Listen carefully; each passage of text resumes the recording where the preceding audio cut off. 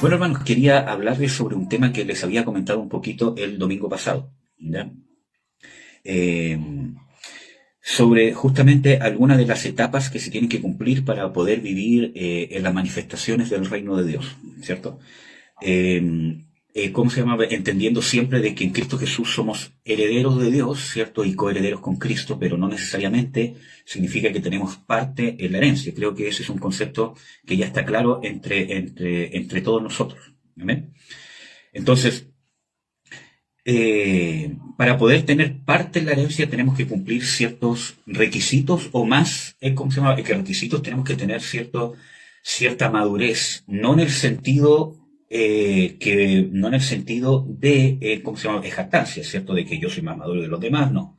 Porque ya si yo tengo ¿cómo se llama? Jactancia, ya soy inmaduro, ¿ya? Sino que crecer el desarrollo de nuestra fe, como veíamos ayer, ¿cómo se llama? En el estudio, ¿cierto? Una fe que se está desarrollando constantemente es una fe según el orden de Dios.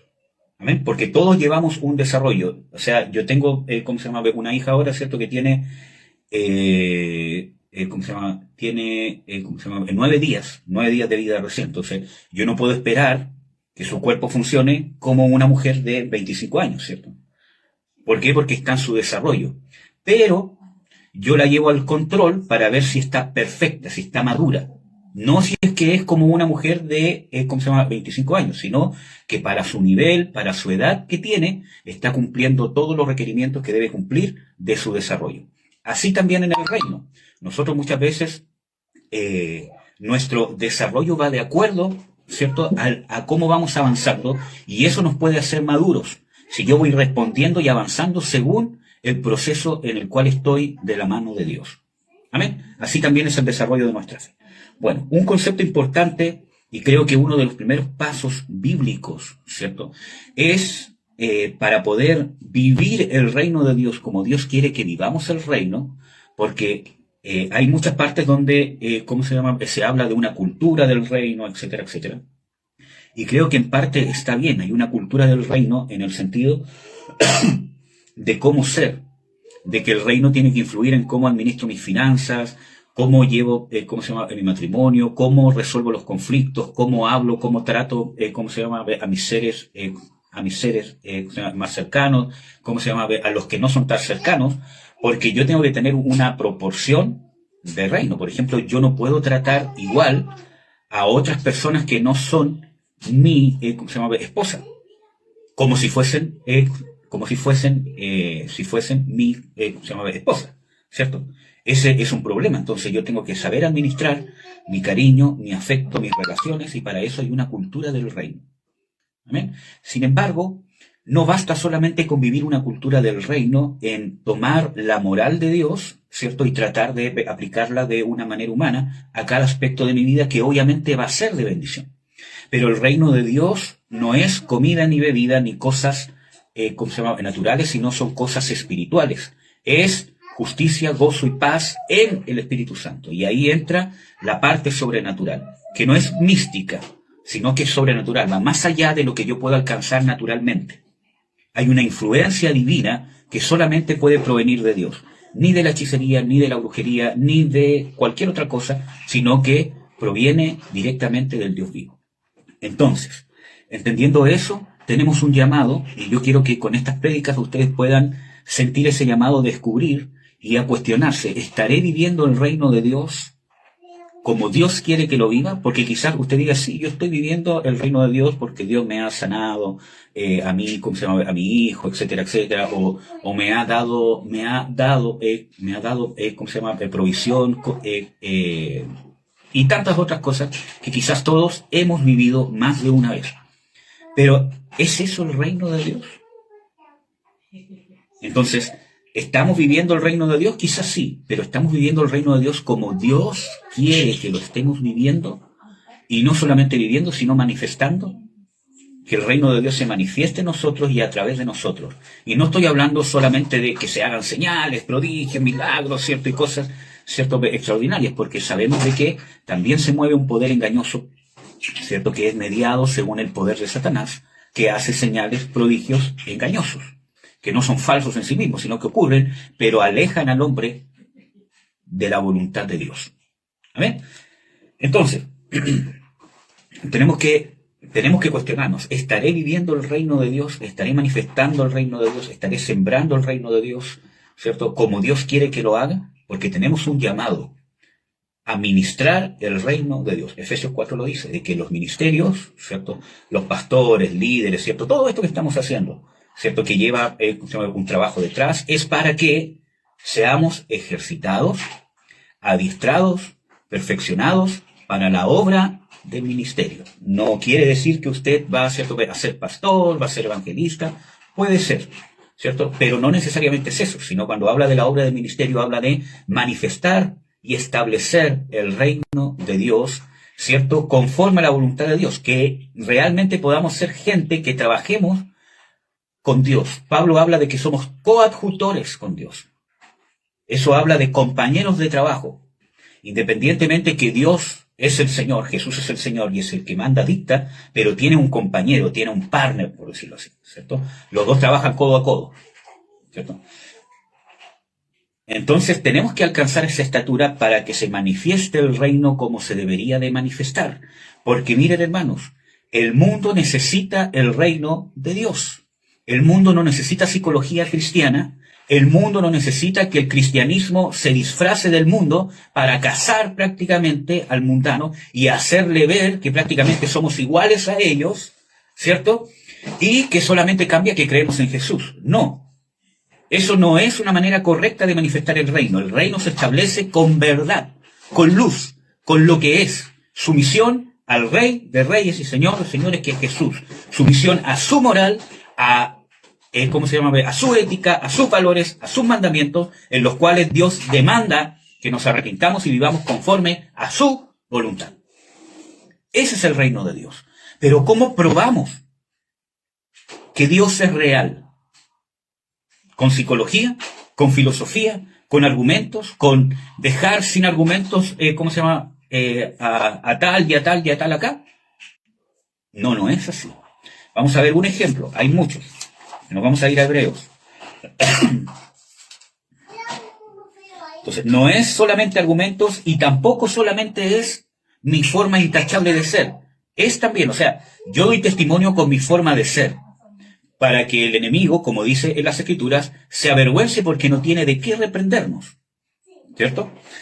Pero no es eso solamente el reino, porque nosotros vemos de que hay gente que no cree en Dios, que no es cristiana, que no es salva, y también es muy bueno. Es buen padre, buena madre, etcétera, etcétera. Y un ejemplo bíblico que tenemos de eso, bueno, antes de pasar a eso, les voy a leer el texto que les iba a leer, si no, voy a perder el hilo de lo que les quería decir. En Hebreos 2, nos encontramos con 2:4, dice, testificando juntamente con ellos Dios. ¿Cómo testificaba Dios juntamente con ellos? Con señales y milagros y diversas maravillas y repartimiento del Espíritu Santo según su voluntad. ¿Cómo Dios testificaba juntamente con sus siervos? Señales, milagros, diversas maravillas y repartimiento del Espíritu Santo, según la voluntad de Dios, no la voluntad del hombre. Vamos a ver otro texto. Vamos a ir a Marcos, si mal no recuerdo. Si no es Marcos, debe ser Lucas, pero vamos a ir a Marcos. Aquí está. Marcos 16, 19 y 20. Y el Señor, después que les habló, fue recibido arriba en el cielo y se sentó a la diestra de Dios. Y ellos, saliendo, predicaron en todas partes, obrando con ellos el Señor. Obraba con ellos el Señor. ¿Cómo? Y confirmando la palabra con las señales que se seguían. Amén. Justamente en el versículo 16 dice, el que cree y fuere bautizado será salvo, mas el que no creyere será condenado, y estas señales seguirán a los que creyeren. En mi nombre echarán fuera demonios, hablarán nuevas lenguas, quitarán serpientes, y si bebieren cosa mortífera no les dañará. Sobre los enfermos pondrán sus manos y sanarán. Amén. Entonces está hablando de las señales que siguen a la palabra. Entonces nosotros tenemos que entender de que lo que necesita el mundo, pero no lo sabe que necesita. El mundo cree que lo que necesita es dinero, es una falsa paz, ¿cierto? Etcétera, etcétera. El mundo no sabe que necesita a Cristo, porque si supiera que lo necesita, lo buscaría y se sometería a Dios, lo cual no lo hace, sino que busca la religión una forma de aquietar mi conciencia y usar a Dios, ¿cierto?, como un, ¿cómo se llama?, amuleto, ¿cierto?, un protector, un sanador, ¿cierto?, ¿cómo se llama?, un refugio. Amén. Entonces, lo que necesita este mundo y para lo que vino el Señor Jesucristo es para establecer el reino de Dios. Y hay señales que siguen al reino de Dios.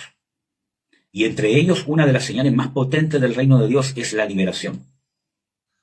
¿Amén? Acuérdense que Jesús muchas veces habla, el reino de Dios se ha acercado. Por ejemplo, dice, arrepentíos y creed en el Evangelio porque el reino de Dios se ha acercado. Pero hay una parte o hay una señal a la cual se refiere con ciertamente el reino de Dios ha llegado a vosotros, y es con la liberación.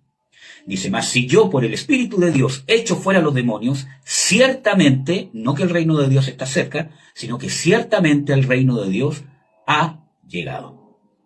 Entonces, tenemos muchas señales que se tienen que manifestar, ¿cierto? Y nosotros tenemos que vivir en el reino. No tenemos que buscar que se manifiesten las señales. Tenemos que buscar vivir en el reino, en la justicia, en lo interior, la fe, el perdón, el perdonar, el sanarnos, el cambio de mentalidad, el cambio de esencia, realmente que yo deje que Dios me cambie lo que soy y cambie lo que no soy también. Y eso va a llevar inevitablemente, si yo me voy desarrollando, que las señales que siguen al reino se manifiesten. ¿Amén? Entonces, lo importante no son las señales, sino es el reino. ¿Amén? Entonces, perdón. Nos encontramos con estas señales, amados hermanos, y nos encontramos con esta manifestación del reino de Dios. ¿Amén? Entonces, para poder estudiar, creo que el primer paso más importante que nos encontramos en la iglesia primitiva o en grandes siervos de Dios, donde se manifestó el reino a cabalidad, el primer paso que nos encontramos es cambio, conversión, un cambio profundo. No solamente que yo era, un borracho y con Cristo ya no tomo más. O droga, ¿cierto? Y con Cristo ya no me drogo más. Ese es un cambio importante, es un milagro de Dios, claro que sí. Es una conversión de la persona. Pero hablamos de un cambio más profundo. Porque miren, hermanos, muchas veces, ¿qué pasa? Yo tengo un vicio, ya sea, el sexo, la droga, el alcohol, etcétera, etcétera. Y cuando vengo a Cristo, realmente cambio ese vicio por otra cosa. No sé, o el fútbol, estaba todo el día, ¿cierto? En el fútbol con los amigos, tomando, ¿cierto? Drogándome, y dejaba a la señora botada con los hijos, ¿cierto? Y cuando vengo a Cristo, dejo de drogarme, dejo el alcohol, cambio, estoy más bueno y sano, ¿cierto? Etcétera, etcétera, pero sigo dejando a mi esposa y a mis hijos botados porque estoy todo el día en la iglesia. ¿Hubo un cambio profundo? No. ¿Hubo un cambio externo? Bueno, claro que sí, pero no hubo un cambio del corazón, no hubo un cambio de cultura, no hubo un cambio de esencia, no hubo un cambio de mentalidad. Y la palabra en el Nuevo Testamento, cuando habla de arrepentimiento, es metanoia, que viene de girar, de un cambio de mentalidad, un cambio de moral, un cambio de esencia. Entonces, estamos hablando que el cambio se da de adentro hacia afuera. ¿Amén? Entonces, falta, ¿cierto?, ese cambio profundo. Entonces, ese cambio es el primer paso que abre la puerta para la manifestación del reino de Dios. Sabiendo, hermanos, que para la manifestación del reino de Dios, ¿cierto?, tiene que ser una persona salva, tiene que haber conversión, unción, llenura del Espíritu. Eso creo que ya todos saben. Pero estoy hablando de algunos pasos, ¿cierto?, certeros de cuál era la condición de la persona. Y la primera condición es un cambio profundo, no solamente un cambio externo, ¿cierto? Porque muchas veces solo tenemos cambios externos. Por ejemplo, personas que se dedicaban a la hechicería, a la brujería, que vivían viendo el horóscopo, que vivían viendo el día, las estrellas, ¿cierto? Y que lo que dice el diario, lo que dice la tele, que las cartas, todo lo demás, se convierten a Cristo, dejan todo eso, y que creo que con un corazón sincero, pero cuando están en la iglesia, cambian eso por las profecías, las falsas profecías, que lo que dijo, que lo que miré, que lo que vi, que el sueño, que allá. Entonces al final no es un cambio profundo. sino que es un cambio externo. Cambié una cosa por otra. ¿Amén? Y así puedo dar muchos ejemplos. Tiene que haber un cambio profundo. ¿Amén? ¿Amén, hermanos? Entonces, ese es el primer paso.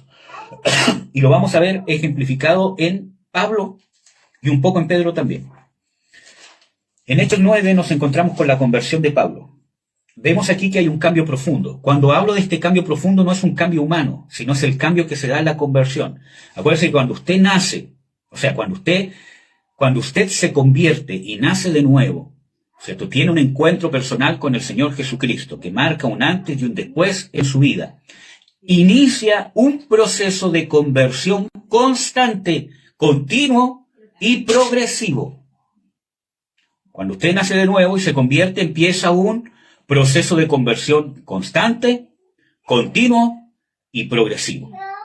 Es decir, que siempre está, no termina y avanza cada vez más profundamente su conversión.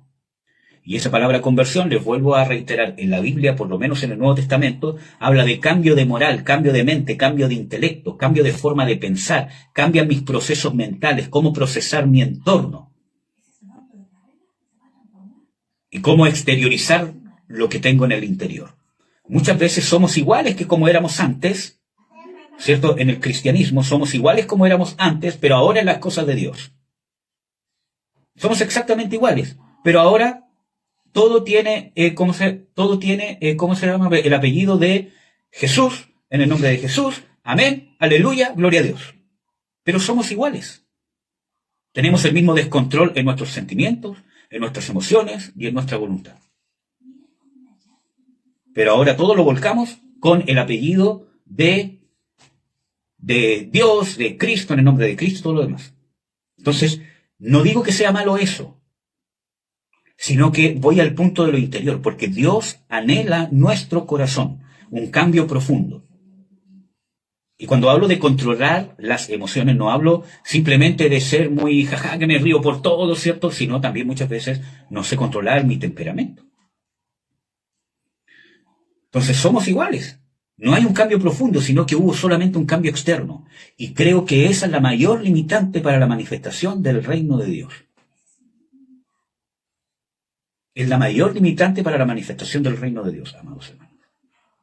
Por eso vivimos el reino de Dios como por goteo, como destellos de la manifestación del reino de Dios, como migajas. Cuando somos hijos y somos sentados a la mesa a comer el pan de los hijos y comemos como perrillos las migajas que caen.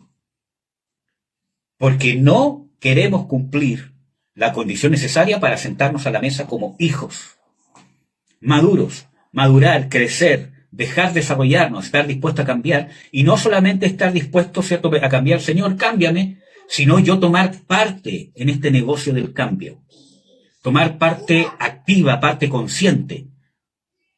¿Qué es lo que tengo que cambiar, Señor? Investigarlo, orarlo, preguntar, someterme al ministerio, etcétera, etcétera. ¿Qué es lo que tengo que cambiar? ¿Qué es lo que tengo que hacer? Leer la Biblia, escudriñar las Escrituras. ¿Seré un buen esposo? ¿Seré una buena esposa? ¿Seré una buena persona? ¿Será correcto lo que pienso? ¿Será correcto lo que sale de mi boca? ¿Será correcto lo que perciben mis oídos? ¿Estaré bien como creo que estoy bien? ¿Será verdad? Acuérdense que el Salmo dice, sean gratos los dichos de mi boca y la meditación de mi corazón delante de ti. O sea, está, ¿cierto?, hablando de una conciencia, de un cambio profundo. No solamente de cosas externas que salen de mi boca, sino la meditación de mi corazón sea grata delante de ti. Entonces, como no estamos dispuestos y como no somos diligentes en nuestro propio cambio, no estamos dispuestos a examinarnos, no estamos dispuestos a que nos examinen, no estamos dispuestos a, ¿cierto?, a que sea puesto en tela de juicio nuestra moral, nuestra forma de pensar, nuestra forma de procesar las cosas, quedamos en ese nivel. Y solamente vivimos el reino de Dios en ese nivel en que estamos. Porque el nivel de participación en el reino de Dios depende de mi conversión. Es el primer paso para la manifestación del reino de Dios, conversión profunda. Y en Hechos 9 nos encontramos con esta conversión radical en Pedro. O sea, en Pablo, perdón. Vemos, ¿cierto?, en el versículo 1 que respiraba amenazas y muerte contra los discípulos del Señor. Y trajo cartas, ¿cierto? Y yendo por el camino, ¿cierto? Vio una luz del cielo, cayó en tierra y oyó una voz que decía, Saulo, Saulo, ¿por qué me persigues? Entonces vemos que Pablo escribe, ¿cierto? En otras cartas, dice, yo era perseguidor de la iglesia. Pero él lo hacía por ignorancia, por celo de Dios, ¿cierto? Porque pensaba realmente que los cristianos se oponían realmente a Dios. Pero cuando tuvo un encuentro con el Dios vivo, con Jesucristo, ¿cierto? Se dio cuenta que estaba mal y hubo un cambio interno. Y ojo, que mucha gente usa este tipo de pasajes para decir de que Dios no te cambia ciertas áreas de tu temperamento o de tu carácter, sino que usa como eras antes y lo usa ahora en el reino. Por ejemplo, ¿cómo se llama? Pablo era temerario, ¿cierto? Celoso de las cosas de Dios, con fuerza, tanto así que perseguía a la iglesia y ahora esa fuerza la usó para predicar el evangelio. Yo no estoy de acuerdo. Porque Pablo era un asesino, estaba dispuesto a matar, a perseguir, yendo en contra incluso de los mandamientos de Dios del Antiguo Testamento. Entonces, esa rabia, esa ira tenía que desaparecer. No es que esa ira, esa rabia, ese ímpetu, Dios lo usara en el reino. Vemos a otro Pablo. Vemos otra personalidad, otro carácter. Tuvo un cambio. Porque ya no andaba atacando a los que se oponían al cristianismo. No usaba artimañas humanas de armar gente, ¿cierto?, para irse en contra de los judíos, sino que cuando él iba a ser asesinado, él iba a ser perseguido, prácticamente se entregaba a que lo apedrearan, etcétera, etcétera. Nunca hizo un motín, juntó gente, dijo, oye, pero nosotros somos más que los judíos, nos podemos juntar, etcétera, etcétera. Aquí hay hay gente que sabe de guerra, entre todos los cristianos quizás habían romanos, habían soldados, ¿cierto? Juntemos un batallón y hay que sacar a estos judíos para que podamos predicar libremente, ¿cierto? Entonces, vemos de que es un Pablo diferente. Si hubiese sido el mismo, hubiese usado las mismas artimañas del pasado en el cristianismo. Y ese es el problema, que no estamos dispuestos a un cambio profundo. Entonces vemos aquí que hubo un cambio profundo y ese es el primer paso para la manifestación del reino de Dios en su vida, en su familia y obviamente en la iglesia. Y este es un reflejo no solo de nuestra condición, sino de la condición que debe tener la iglesia para que se manifieste el reino. Entonces dijo, ¿quién eres, Señor? Yo soy Jesús. Entonces cuando él se encontró con esta luz, inmediatamente vino a su corazón el testimonio de que el que se estaba manifestando era el Dios vivo. ¿Ven? Entonces, por eso que él dijo, ¿quién eres, Señor? O sea, tú eres el Señor. Señor, ¿quién eres? Porque no te conocía. Por algo estoy viviendo esto, ¿cierto? Y él dijo, yo soy Jesús a quien tú persigues, dura cosa te es dar coces contra el aguijón. Y él, temblando y temeroso, dijo, porque ahí le entró temor, dijo, realmente el Dios Todopoderoso que me está quebrantando ahora es al que yo estoy persiguiendo. Entonces, con temor y temblando, dijo, Señor, ¿qué quieres que haga? Y el Señor le dice, levántate, entra a la ciudad y se te dirá lo que te conviene hacer. Y creo que ya todos saben el resto, ¿cierto? Que, ¿cómo se llama? Me quedó ciego, etcétera, etcétera, por 3 días. Entonces, pero vemos un cambio. Porque en vez de perseguir, en vez de usar artimañas humanas, empezó a poner ahora en riesgo su vida por causa de Jesús. Y lo vemos acá, por ejemplo, en el versículo...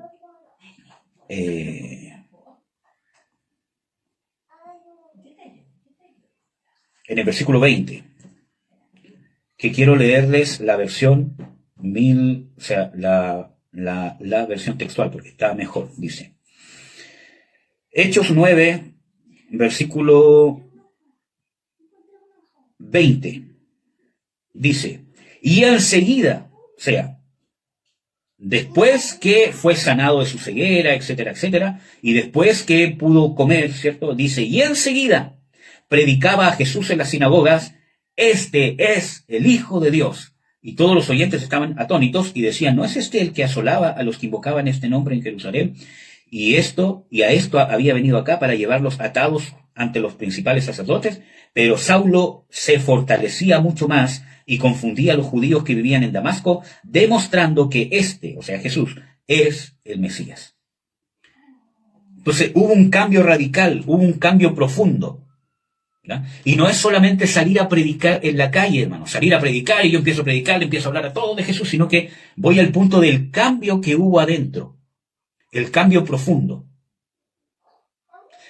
Pablo explica este proceso más profundamente en sus cartas cuando dijo, yo siendo fariseo de fariseos, etcétera, etcétera, perseguidor de la iglesia porque era celoso, todo eso lo tuve por estiércol y lo tengo por basura.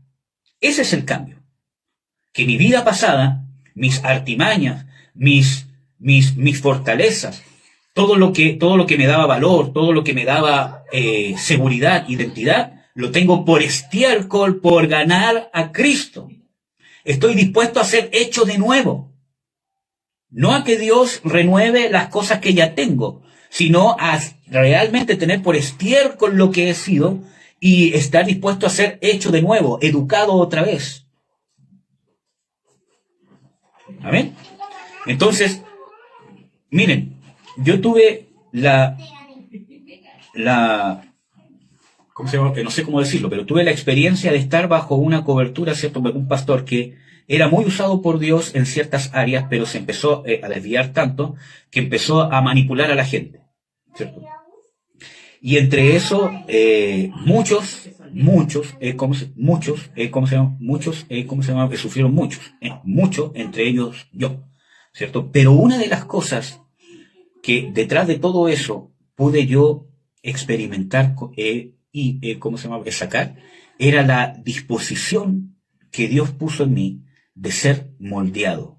Porque en ese proceso tuve que incluso aprender a comer, a hablar, a vestirme. O sea, hasta ese punto llegué de anonadarme. Llegué a decir, ¿sabes qué? No sé nada. No voy a seguir luchando, no, es que yo sé esto, no. Enséñeme. Porque yo quería que Dios me enseñara y realmente quería ser una nueva criatura, porque tuve un encuentro personal con el Dios vivo. Jesús me sacó de la hechicería, de la brujería y de ser un falso pastor, de estar endemoniado. Entonces, como tuve ese impacto, ¿cierto? Dije, Señor, enséñame todo. Tuve que, aprender a bañarme correctamente, lavarme el pelo correctamente, ¿cierto?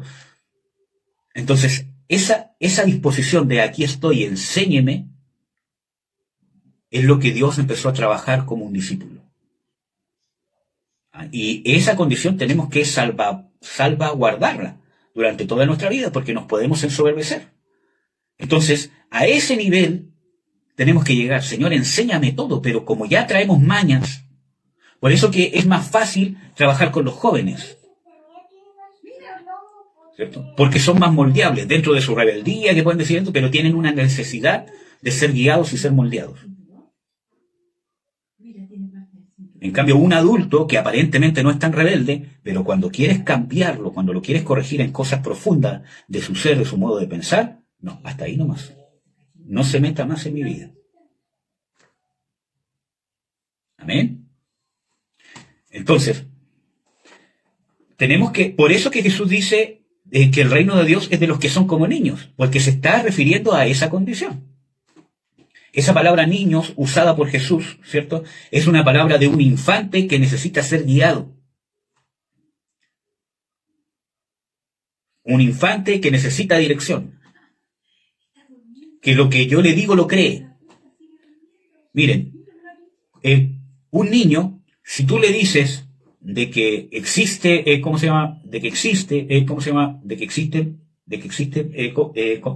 viejito Pascuero, te cree. Si tú, le dices de que si deja el diente bajo, ¿cierto? El colchón, viene, ¿cierto? Un ratoncito mágico, ¿cierto? Y tantas otras tonteras, ¿cierto? El niño te cree y realmente piensa que ese ratón existe y que es mágico y que llega y que se aparece y no lo cuestiona, sino que simplemente lo cree, ¿cierto? El otro día vino para acá una doctora, ¿cierto? Y le hizo el comentario, a mi hijo, porque él dice, oye, le dice, ¿quién sacó estos juguetes que yo tenía acá? Entonces ella, dentro de su forma de ser, le dijo, un duende bueno los tiene que haber sacado. Entonces yo le dije, hijo, eso es mentira.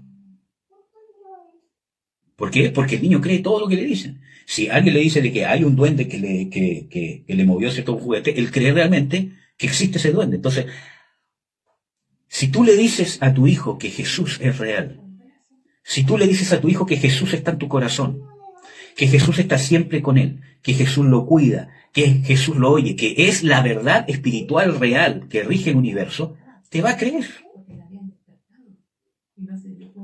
Ahora, ¿cómo se llama? Con mi hijo yo digo, hijo, ¿quién está contigo siempre? Jesús. ¿Quién es el que más te ama? Jesús. ¿Quién está en tu corazón? Jesús. ¿Quién es, cómo se llama? ¿Quién es, cómo se llama? Tu amigo fiel? Jesús. Entonces, si nosotros podríamos inculcarle mentiras a nuestros hijos, con fantasías, ¿cierto? Para calmarlos por la Navidad, con un regalo, etcétera, etcétera. Lo cual está mal, ¿cierto? Pero ¿cuánto más lo podemos inculcar con las verdades eternas? Miren, mi madre, cuando yo era chiquitito, tenía quizás 3, 4, 5 años, que es el único recuerdo que tengo de antes de los 5 años, ella siempre me decía, Jesús es tu amigo. Jesús está contigo. Caló tanto en mí que nunca se me olvidó hasta el día de hoy que yo tenía un amigo que se llamaba Jesús y que estaba al alcance de que yo podía hablarle. Y que era bueno. Miren el impacto que puede tener en una persona. Entonces, amados hermanos, a eso se refiere Jesús con que el reino de Dios es como los niños. No es que nos comportemos como niños, sino la disposición al cambio. La disposición a que el papá, Dios, por medio de su palabra, por medio de los ministerios, por medio de la influencia del Espíritu Santo, etcétera, etcétera, nos dice, esto es así. Yo no digo, no, pero es que yo siempre lo hice así, es que no, es que el otro. No, esto es así. Estás mal. Tienes que cambiar. Y tenemos una disposición, enséñame, como lo que le pasó a Job, que hablamos el domingo, ¿cómo se llama? Anterior, ¿verdad? ¿Cierto? Que hablamos de que Job llegó justamente a ser como niño cuando dijo, Señor, de oídas te había oído, ahora mis ojos te ven, me arrepiento, pongo mi mano en mi boca, enséñame y yo aprenderé. Ahí recién llegó a la verdadera manifestación del reino, porque, hermano, estar en el reino no es más que tener una relación de padre e hijo con Dios. Que no es sentimentalismo, sentirme hijo, que mi papá me ama, o sea, es parte de. Pero no es solamente eso, sino una relación activa de cómo un padre trata a un hijo y cómo un hijo reverencia y obedece y ama a su padre. Entonces, el primer punto es la conversión. No que usted diga, es que yo tuve una conversión, salí de la brujería, salí del alcohol, salí de la droga, amén, qué bueno, pero tiene que calar profundo. Porque en el momento de convertirme no es solamente lo externo, sino es el inicio de un proceso constante, continuo y progresivo. Amén. Y para terminar, vamos a ver otro ejemplo de conversión, el de Pablo, o sea, el de Pedro. Bueno, recién estábamos viendo el de Pablo.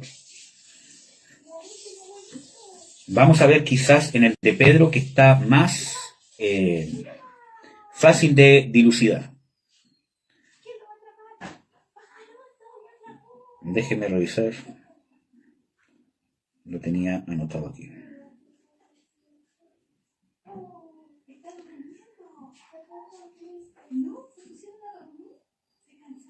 Ya. Nos encontramos con algunos argumentos o algunas cosas de Pedro. Vamos a ver que Pedro era impetuoso. Lucas 8:45. Porque vemos de que en Pedro sí se manifestó el reino de Dios. Que miren, en Pedro hubo una manifestación del reino de Dios que uno podría decir como por goteo, mientras estaba con Jesucristo. No que el reino de Dios se haya manifestado limitadamente, sino que Jesús, en parte de su entrenamiento, los enviaba de 2 en 2, ¿cierto? Y se manifestaba el reino de Dios por medio de ellos. Él les ordena, sanad leprosos, resucitad muertos, echad fuera demonios y anunciar, ¿cierto?, que el reino de Dios se ha acercado. Y ciertamente esa experiencia la tuvieron todos los apóstoles, y no solamente los apóstoles, sino también muchos de los discípulos del Señor Jesucristo. Pero eso era externo, porque era una delegación de autoridad. Faltaba que el reino de Dios se manifestara en lo interior para que ellos fuesen una fuente del reino de Dios. Cosa que tiene que ver con la Escritura. Acuérdense que Jesús en Juan 7 dice, venid a mí, bebed, ¿cierto? Y saltarán del interior ríos de agua viva. Y dice textualmente ahí de que Jesús estaba hablando del Espíritu Santo, que habían de recibir los que creyesen en él. Porque aún no había venido el Espíritu Santo, porque Jesús aún no había sido glorificado. Y eso lo dice textual las Escrituras. Entonces faltaba que el reino de Dios se impregnara en Pedro, bueno, y en todos, ¿cierto? Para que él fuese una fuente, no solamente un instrumento, sino una fuente. Y nosotros tenemos que ser fuente de agua viva, fuente de vida de resurrección de Jesús, porque es esa vida de resurrección, por causa del poder de su resurrección, ese poder de resurrección es el que sana al enfermo, es el que resucita al muerto, es el que convierte a la persona, es el que le abre el corazón a la persona, el que echa fuera demonios. Entonces, no nos conformemos solamente con ser un instrumento que Dios nos delega autoridad por misericordia para la otra persona, etcétera, etcétera, sino que nosotros mismos seamos una fuente de agua viva. Pero para eso tenemos que estar llenos de agua viva. Usted dirá, es que yo estoy lleno de agua viva porque lo creo. ¿Qué evidencias hay? Acuérdense que ayer hablamos de la fe, que no es presunción, que no es convencerme de algo, sino es que realmente hay algo que es cierto y yo lo creo. No es que yo me convenzo de algo para que pase. Es que algo pasa en el mundo espiritual y yo creo que es verdad porque tengo la certeza que es así y se materializa en lo natural. ¿Ya? Bueno, vamos a ver el versículo. Lucas 8:45. Vamos a ver que era impetuoso. Dice, entonces Jesús dijo, ¿quién es el que me ha tocado? Acuérdense que Jesús está entre una multitud y están todos que lo aprietan, que lo tocan, ¿cierto? Y entre eso una mujer toca el borde de su manto y es sana del flujo de sangre. Entonces Jesús dice, ¿quién me ha tocado? Y negando todo dijo Pedro y los que estaban con él, Maestro, la compañía te aprieta y oprime y dices, ¿quién es el que me ha tocado? Entonces Pedro es impetuoso, ¿cierto? Y no solamente eso, sino, irrespetuoso. Porque él dijo, Señor, tú tienes palabra de vida, ¿a quién iremos? Tú eres el Cristo, el Hijo del Dios viviente, tú eres nuestro maestro, pero no lo trataba reverentemente como un maestro. Porque si realmente Pedro hubiese tenido, o sea, si realmente este Pedro fuese el de después, con el reino de Dios en su corazón, él cierto que hubiese dicho, maestro, ¿por qué dices que te han tocado? ¿Algo pasó? Porque tendría corazón de discípulo.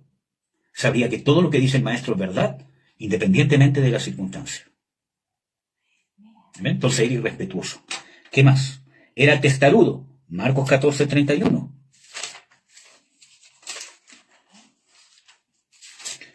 Marcos 14:31.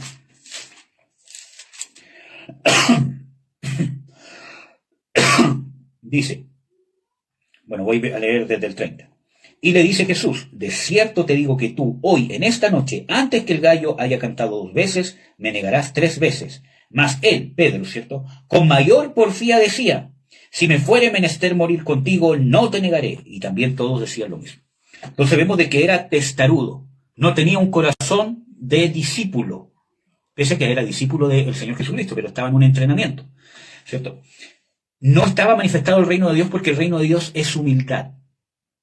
Y es justamente ser como niño, ¿cierto? Es que, maestro, si tú dices algo es porque es así, y yo me humillo. Entonces Jesús le dice, me vas a negar 3 veces. Él tendría que haberse postrado y haber dicho, Señor, ten misericordia de mí, porque sé que soy capaz de esto. Esa es una actitud de reino. ¿Amén? Reconozco que lo que dice el Padre es verdad, que yo soy capaz de negarlo, pero muchas veces Dios nos muestra y, ¿cómo se llama? Nos dice, tú estás mal, estás haciendo mal, estás dañando, estás haciendo esto otro, y nosotros, no, Señor. Y estamos en esta misma condición de Pedro, que es una condición de una persona que no se ha convertido, hermanos, que no tiene el Espíritu Santo, que no tiene el reino de Dios fluyendo desde él hacia afuera, fluye por medio de él. Vemos de que Pedro tenía revelación del Padre, etcétera, etcétera, pero no estaba asentado el reino de Dios en su vida. Todavía. Pero para eso Jesucristo lo estaba preparando. Arrogancia. Mateo 26:33. Mateo 26:33 dice, Y respondiendo Pedro le dijo, aunque todos sean escandalizados en ti, yo nunca seré escandalizado. Sentirse superior a los demás. Señor, aunque todos estos se escandalicen, yo no me escandalizaré. Y Jesús estaba diciendo, desde el versículo 31, dice, entonces Jesús les dice, todos vosotros seréis escandalizados en mí esta noche, porque escrito está, heriré al pastor, y las ovejas de la manada serán dispersas. Mas después que haya resucitado, iré delante de vosotros a Galilea. Y Pedro dice, no. O sea, prácticamente es como que, ¿cómo se llama? Le estoy diciendo, Jesús, te equivocaste, no tienes discernimiento, no tienes sabiduría, eres un mentiroso, te equivocaste porque no te has dado cuenta que yo no soy igual que los demás. Yo no me escandalizaré. Y nosotros tenemos esa actitud. Jesús nos dice, te estás equivocando, estás haciendo esto, tienes que cambiar, tienes que hacer esto. No. O cuando escuchamos una prédica así, pensamos en mi marido, en mi esposa, en mi hijo, en el pastor, en el que aquí, que allá, ojalá que lo esté escuchando, le voy a compartir el video para que lo escuche, etcétera, etcétera. O toma hermano, toma hermana, toma esposo, toma esposa. Y estamos teniendo esta actitud. Ellos sí, Señor, yo no. Y eso es arrogancia. Por eso no se manifiesta el reino en nosotros, hermano. ¿Qué más? Confianza en sí mismo. Juan 18, 10 al 11. Juan 18, 10 al 11. Dice, entonces Simón Pedro, que tenía espada, la sacó e hirió al siervo del pontífice y le cortó la oreja derecha, y el siervo se llamaba Malco. Jesús entonces dijo a Pedro, mete tu espada en su vaina, el vaso que el Padre me ha dado, ¿no lo tengo de beber? Entonces vemos que tenía confianza en sí mismo. ¿Por qué Pedro andaba con una espada? Si estaba con el Rey de Reyes, si él mismo había dicho, tú eres el Cristo, el Hijo del Dios viviente, ¿a quién iremos si solo tú tienes palabras de vida eterna? Había visto de que al ir de dos en dos, Dios los había protegido, cómo se manifestaba el reino para resucitar muertos, sanar leprosos, sanar enfermos, etcétera, etcétera. Había visto todas esas maravillas y aún así no confiaba en Dios y andaba con una espada. Justamente esperando que si llegara alguien a atacarlos, porque él sabía que el evangelio que estaban predicando y veía que molestaba a los fariseos, que molestaba a los principales y que todos ellos tenían ejército, tenían influencia sobre... Entonces decía, si alguna vez nos pasa algo, yo estoy preparado. Voy a ser el guardaespaldas de Jesús. Tenía confianza en sí mismo. Y muchas veces nosotros también tenemos confianza en nosotros mismos, muchas veces con nuestro carácter, nuestro temperamento. No callamos, no dejamos que Dios nos defienda. O hacemos cosas, ¿cierto?, donde usamos las artimañas del mundo, por ejemplo. Voy a sacar la revisión técnica por debajo, ¿cierto? Es lo mismo que Pedro teniendo la espada. O sea, tengo una cartita bajo la manga por si Dios me falla, ¿cierto? Por si Dios no es capaz de protegerme o de proveerme. ¿Amén? Entonces, tenemos la misma actitud. ¿Amén? Por eso no se manifiesta el reino de Dios en nosotros, porque todo esto es impedimento, y muchas veces la iglesia está así, ocupa estas artimañas. ¿Amén? Y por eso no se manifiesta el reino de Dios, porque somos más naturales de lo que deberíamos ser, porque para poder ser espiritual tenemos que estar dispuestos al cambio, ser como niños, y poco se predica a profundidad de qué significa ser como niños. Tener esa disposición. Enséñame. Incluso en lo religioso. ¿Conoceré a Dios como creo que lo conozco? ¿Será realmente que lo que creo que Dios piensa de mí es correcto? Y les vuelvo a citar, ¿cierto?, el ejemplo de Job. Justo, temeroso de Dios, apartado del mal. No hay nadie de él en la tierra como él. Y ese testimonio lo da el mismo Dios. Y no conocía a Dios. No era como niño. ¿Por qué nosotros podemos estar en una dimensión diferente? Es que nosotros tenemos el Espíritu Santo, Job no lo tenía, ¿cierto? Nosotros sí. Aún peor, porque mayor temor nos debería dar. Que Dios nos ha dado tanto y nos mantenemos en la misma condición. Porque tenemos más herramientas para la conversión y la transformación. Métase esto en la cabeza, amado y amada. La conversión que usted tuvo cuando nació de nuevo es el inicio de un proceso de conversión constante, continuo y progresivo, o sea que va de menos a más. Va calando más profundamente. En el Antiguo Testamento, la palabra que Dios usa para escudriñar o para sondar es una palabra que significa excavar cada vez más profundo. Y eso hace referencia a excavar dentro de nosotros. Yo escudriñaré sus corazones, convertiré su corazón, etcétera, etcétera. Amén. Pero usted y yo tenemos que tener una participación activa. Para terminar con lo de Pedro, vemos a un Pedro diferente, pero un Pedro que tuvo conciencia de que él estaba mal. Tuvo conciencia y dijo, tengo que cambiar. ¿Y cuándo pasó? Cuando negó al Señor Jesucristo y lloró amargamente, ¿cierto? Y gracias a la intercesión de Jesús no le faltó la fe para convertirse. No para no sentirse amargado, no para no sentirte triste, sino para que en esa actitud no terminara como Judas, que se suicidó, ¿cierto? Sino que tuviera la fe suficiente para volverse a Dios, reconocer que en realidad negó al Hijo de Dios, que se equivocó, que él era un irrespetuoso, un testarudo, un arrogante, con confianza en sí mismo, y se dio cuenta que todo eso era mentira, era una falsedad, era algo superficial, era una fantasía flotando en las nubes, porque negó al Maestro, porque él era el más arrogante de todos. Por lo tanto, tuvo que ser quebrantado, ¿cierto? El que dijo, yo nunca te negaré, yo no, Señor, esto sí, pero yo no, fue el que peor pecó contra Jesús. Entonces se dio cuenta que su liderazgo no valía, que su religión no valía, que todo no valía, y que necesitaba, ¿qué cosa? Arrepentirse. Realmente ahí recién tomó la actitud de un niño. Y lo vemos reflejado que cuando se encuentra con Jesús resucitado, ¿cierto? Y Jesús está, ¿cómo se llama? En la playa, ¿cierto? Y cuando él sabe que Jesús se lanza al mar, impetuosamente. ¿Por qué? Porque sabía que había traicionado al Maestro. Nadó para allá y Jesús le dice, Pedro, ¿me amas? Y esa palabra que usa Jesús ahí es me amas, ¿cierto? Con amor ágape, como Dios. Entonces Pedro le dice, Señor, sí, tú sabes que te amo. Porque ya había tenido una experiencia personal con Jesús, reconoció y entendió las palabras que no entendía antes, que era el Mesías, el Hijo de Dios, el Dios encarnado, y recién se estaba sometiendo como un niño a la deidad de Jesucristo. Entonces le dice, Señor, ¿me amas? O sea, Pedro, ¿me ama? Y él dice, Señor, tú sabes que te amo. Y en la tercera vez, Jesús usa otra palabra que la Biblia lo traduce como me ama solamente, pero realmente es otra palabra que es un amor de amigo, de compañero. Entonces dice, Pedro, ¿me amas como un amigo, como un compañero? Y por eso dice que Pedro se entristeció, porque lo había traicionado como amigo. Entonces ahí Pedro se entristeció y dice, Señor, tú lo sabes todo. Entonces ya no es el mismo de antes. Señor, yo te amo más que esto. Señor, ¿cómo me preguntas si te amo como amigo, cierto? Si soy el que...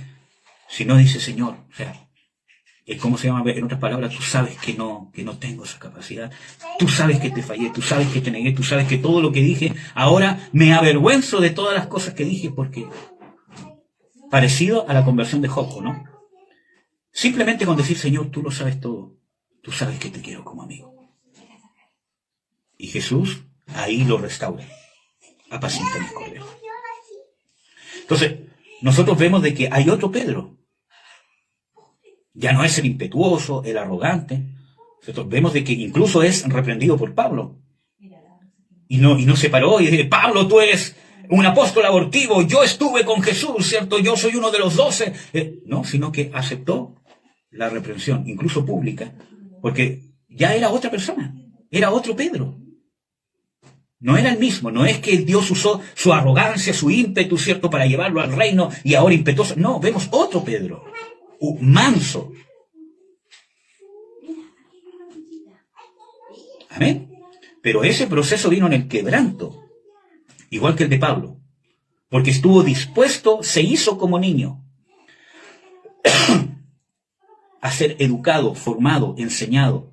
No en las cosas externas solamente, sino en las internas. Carácter, forma de ser, personalidad. Mi personalidad tiene que cambiar en Cristo Jesús. Hay gente que habla que nuestro carácter cambia, pero no nuestra personalidad. No, o sea, si Dios no tiene una influencia sobre mi personalidad, entonces ¿de qué Dios vivo estamos hablando? Amén. Amén, hermanos. Entonces, tenemos a nuestro Dios como nuestro papá, que nos quiere cambiar, nos ha dado las arras del Espíritu, el Espíritu Santo, que como dice en Primera de Juan, tenemos la unción del Santo que nos enseña todas las cosas. No es que te hable místicamente, sino que te disipula. Amén. Y nosotros tenemos que dejar de que la unción de Dios nos disipule en cada aspecto de nuestra vida. Hermanos, como dice Juan, ¿cierto? Dice, mirad cuán amor nos ha dado el Padre para que seamos llamados hijos de Dios. Y eso nos quiere decir, mirad cuán amor nos tiene Dios, que nos ha hecho nacer como hijos por medio de Jesucristo. Y eso involucra un compromiso de papá. Yo estoy comprometido a formarte, a llevarte al lugar donde quiero llevarte. Pero muchas veces pensamos que el papá es solamente el que cubre nuestras necesidades externas, ¿cierto? De amor, de cariño, de cosas, ¿cierto?, que necesito, etcétera, etcétera. Pero vemos que Dios tiene una trascendencia eterna. Y ese es el regalo más grande que nos ha dado Dios, ser nuestro Padre. Amén, amados. Vamos a orar para terminar. Así que gocémonos, hermanos, de que tenemos un Padre celestial que nos trata como papá. No como juez, ¿cierto?, que está sentado en un trono, sino como papá. Tiene un compromiso de paternidad sobre nosotros. Amén. Entonces, todas estas cosas es para que nosotros veamos que el primer paso para la manifestación del reino es el cambio, la conversión. Continua, constante y progresiva, o exponencial, si quiere ponerle otro nombre.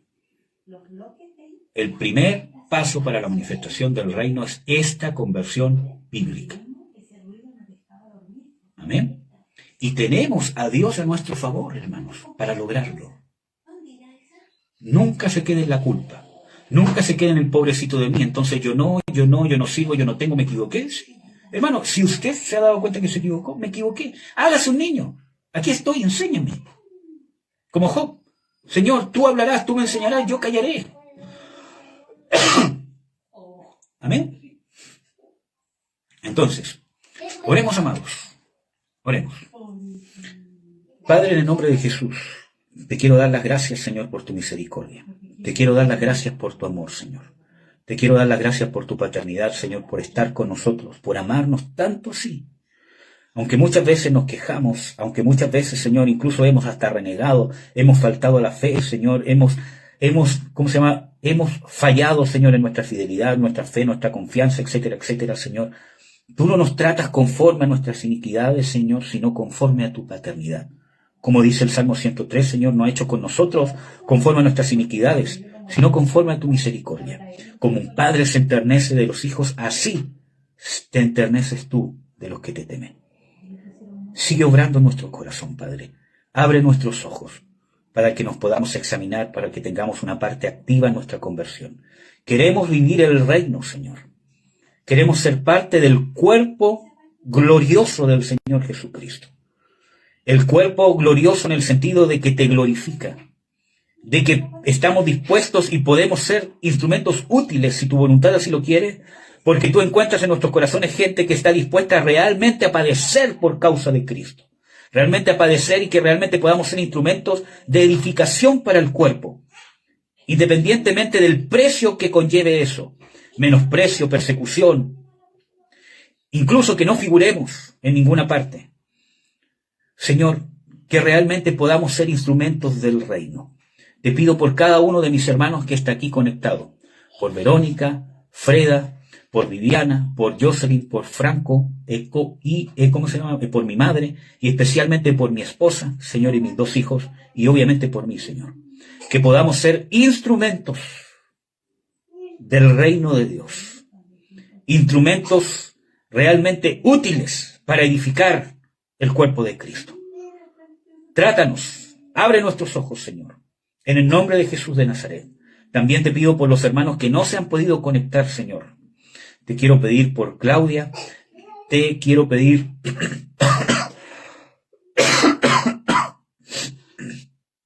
perdón. Quiero pedirte por Claudia, quiero pedirte por Geo, Señor. Quiero pedirte por David, Señor, en el nombre de Jesús, que no se han podido conectar, Señor, que también sean parte del proceso del reino de Dios, de una iglesia edificante, de hombres y mujeres edificantes, fuentes del reino de Dios. En el nombre de Jesús, rompo toda cadena de impiedad en el nombre de Jesús de Nazaret. Cancelo toda maldición que impide la manifestación del reino de Dios. Que huyan las influencias satánicas en el nombre de Jesús de Nazaret que impiden la conversión.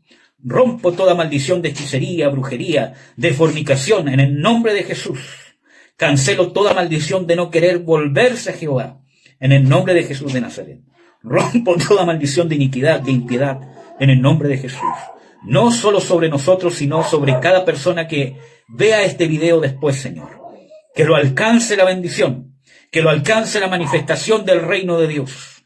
Que haya un llamado, que haya un fuego, Señor, en su interior que lo lleve a ir más allá, a buscar el reino, a escudriñar el reino, a apoderarse del reino, pero no de una manera fantasiosa, sino de una manera activa, no haciendo actos externos, sino de una manera interna. Que realmente podamos ser como niños, Señor, y que tomemos esto diligentemente, porque no va a pasar mágicamente si nosotros no lo hacemos, Señor. Que cambiemos nuestra actitud, que realmente seamos aguerridos, Señor, en el reino de Dios, para alcanzar nuestra parte que nos ha sido dada por Jesucristo. En el nombre de Jesús, te ruego, Señor, tu bendición para cada uno de nosotros. Danos, y como lo hiciste con Pedro, Señor Jesucristo, que no nos falte la fe para convertirnos, que no nos falte la fe para reconocer, para hacernos como niños, Señor, para humillarnos y quebrantarnos delante de ti y poder empezar nuestro proceso de cambio. En el nombre de Jesús.